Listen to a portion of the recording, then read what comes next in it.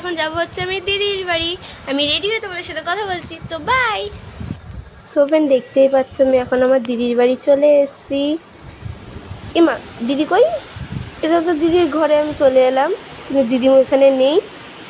চলো দেখা যাক, দিদি মনে হচ্ছে রান্নাঘরে আছে। দেখি রান্নাঘরে, হ্যাঁ রান্নাঘরে দিদি মনে রান্না করছে।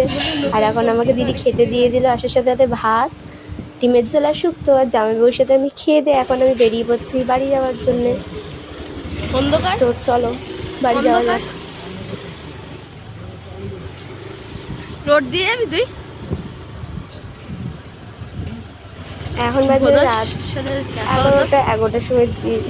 আমার জামাইবাবু এখন আমাকে দিতে আসছে। এটা হচ্ছে ওদের পৌরসভার পেছনে বাড়ি, তো পেছন দিকটা অ্যামিসার ক্লাবের ওখানে বাড়ি। তো আমার ভিডিওটা ভালো লাগলে লাইক কমেন্ট শেয়ার করতে পারবেন। তো বাই।